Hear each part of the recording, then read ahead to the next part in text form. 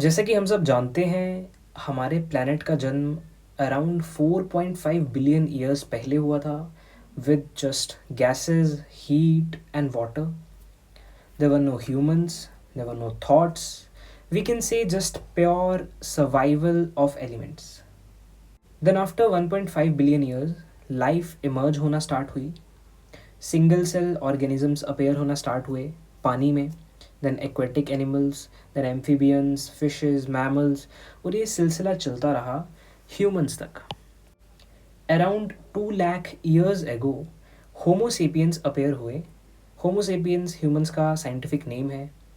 होमो sapiens ने Hunt करना सीखा. ये साथ में रहते थे, सरवाइव करते थे. होमो सेपियंस का मेन मोटिव होता था अपना पेट भरना. उनको सिर्फ जिंदा रहना था, जिसको हम सर्वाइवल इंस्टिंक्ट बोलते हैं आज की डेट में. लाइक एनी अदर एनिमल उनको जिंदा रहना था. एंड इसी से ये theory I, survival of the fittest. जो भी जंगल में फिट होगा, सर्वाइव वही कर पाएगा.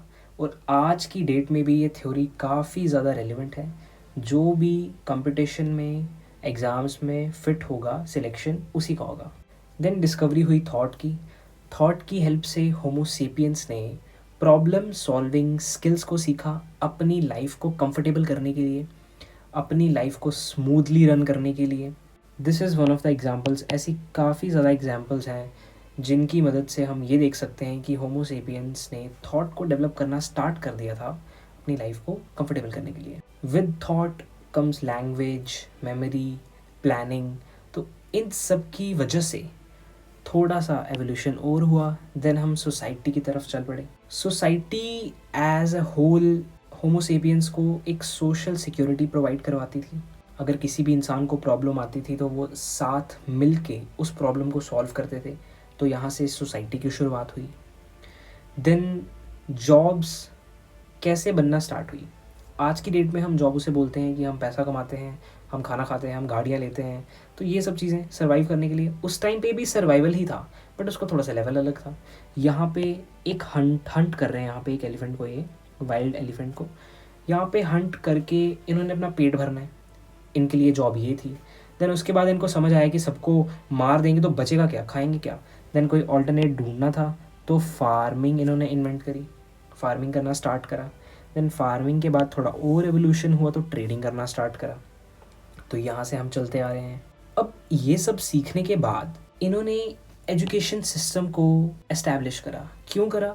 अब कोई बच्चा है, वो बचपन से ही थोड़ा ना हंट करना स्टार्ट कर देगा, फार्मिंग करना स्टार्ट कर देगा, ट्रेडिंग करना स्टार्ट कर देगा. उसको सिखाना भी तो पड़ेगा. एजुकेशन सिस्टम एस्टैब्लिश किया गया जिसकी मदद से बच्चों को ये सिखाते थे कि सरवाइव कैसे करना है. देन यहाँ से शार्प माइंड्स. अब 10 को अगर सिखाएंगे तो ज़रूरी नहीं कि 10 को समझ आ जाए. हो सकता है 4 को आए, 5 को आए. तो सेम चीज़ यहाँ होती थी कि जो शार्प माइंड्स थे वो सीख जाते थे कि कैसे हमें हंटिंग करनी है, फार्मिंग करनी है, ट्रेडिंग करनी है. तो वो उस चीज़ में सक्सेस पा लेते थे. सेम चीज़ आज हो रही है. स्कूल्स में हमें एजुकेशन दी जाती है. शार्प माइंड्स को, क्रीमी लेयर को उठा लिया जाता है और उनको प्लेस कर दिया जाता है. ये चीज़ यहीं से इवॉल्व हुई है, बस इसका थोड़ा सा रूप अलग है. हो सकता है कि उस टाइम पे इतना नहीं देखा जाता था कि अगर कोई बच्चा फेल भी हो रहा था उसको दोबारा सिखाने की कोशिश कर रहे हैं.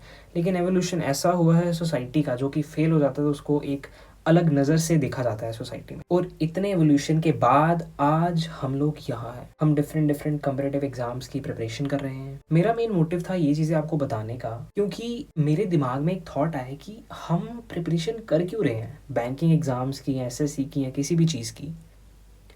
मैं या कोई और प्रिपरेशन कर क्यों रहा है, इतनी क्यों मेहनत कर रहा है. Obviously first of all survival. फिर मेरे दिमाग में क्वेश्चन आया, ये सब स्टार्ट कहाँ से हुआ. तो फिर मैंने थोड़ा सोचा, फिर मैंने थोड़ी सी रिसर्च करी. तो फिर ऑब्वियसली ये चीज़ सामने आएगी कि अगर मैं एवोल्यूशन को देखूंगा तो मुझे ये भी चीज़ पता चल जाएगी कि आज एक कमरे में बैठ के मैं क्यों रीजनिंग, मैथ, इंग्लिश पढ़ रहा हूँ. सो किसी भी चीज़ को करने से पहले हमें उसका वाई जानना बहुत ज़रूरी होता है कि अगर मैं पढ़ रहा हूँ तो पढ़ क्यों रहा हूँ. और आई होप आपको इसका जवाब मिल चुका होगा.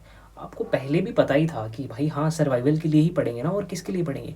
लेकिन एक चीज़ को जानना और एक चीज़ को मानना, दोनों में बहुत ज़्यादा डिफरेंस होता है. तो मैं ये चाहता हूँ कि आप रियलिटी को एज इट इज़ देखो. Now you can see India में 140 करोड़ लोग हैं.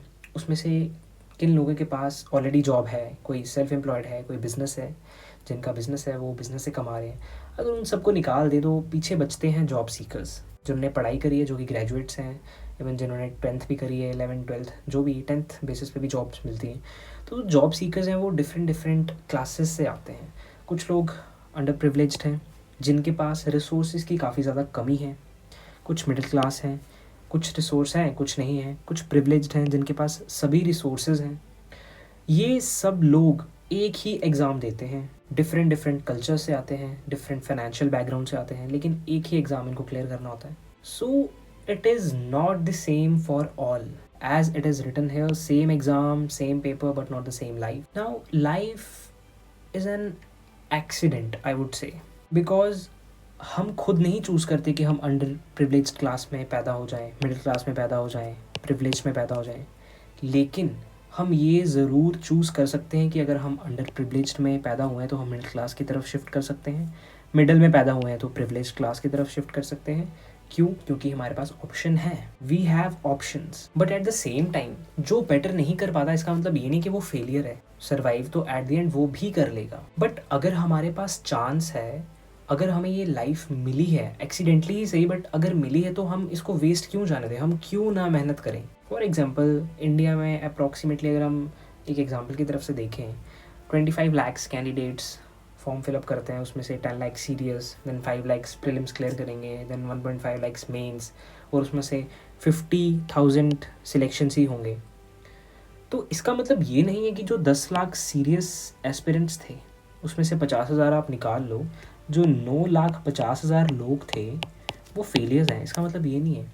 सर्वाइव वो भी करेंगे, मेहनत वो भी करेंगे, उन्होंने भी मेहनत करी है इस एग्ज़ाम को क्लियर करने की, लेकिन सिलेक्शन सिर्फ 50,000 का हुआ। अब इसके बहुत सारे फैक्टर्स हैं कि वैकेंसीज ही अगर इतनी हुई होंगी तो किसी एस्पिरेंट ने अच्छी तरह से पढ़ाई नहीं करी होगी, ये भी रीज़न है।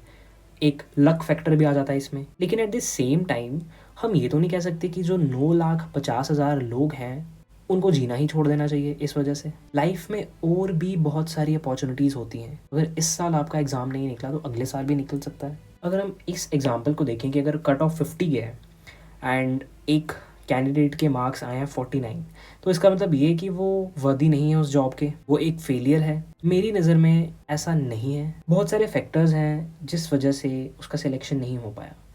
अगर उन फैक्टर्स को वो एज इट इज़ देख लेता है तो उसे इस प्रॉब्लम का पूरा स्ट्रक्चर समझ आ जाएगा। Now if we ask a question that why are we here in this chaos, ये एक chaos ही अगर देखा जाए तो 10 लाख बच्चे एग्ज़ाम्स दे रहे हैं, उसमें से 50,000 ही सिलेक्ट हो रहे हैं।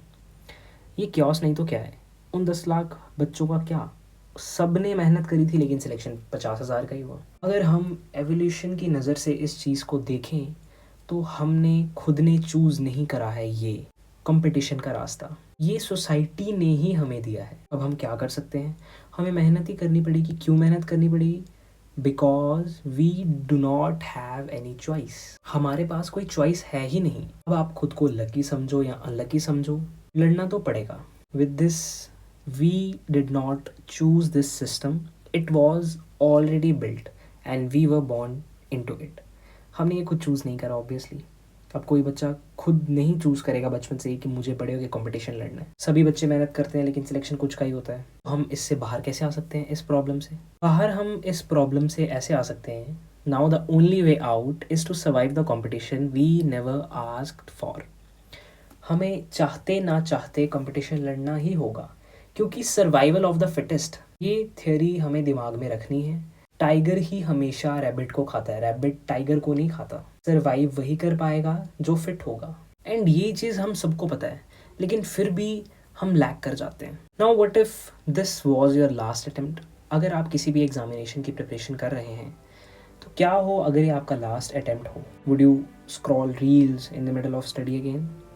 Would you skip revision thinking यार कुछ ना कुछ तो हो ही जाएगा, कोई ना कोई क्वेश्चन तो आ ही जाएगा? वुड यू स्टिल से कि कल से पढ़ूंगा, आज मन नहीं कर रहा? So run your own race one last time for yourself. All the best.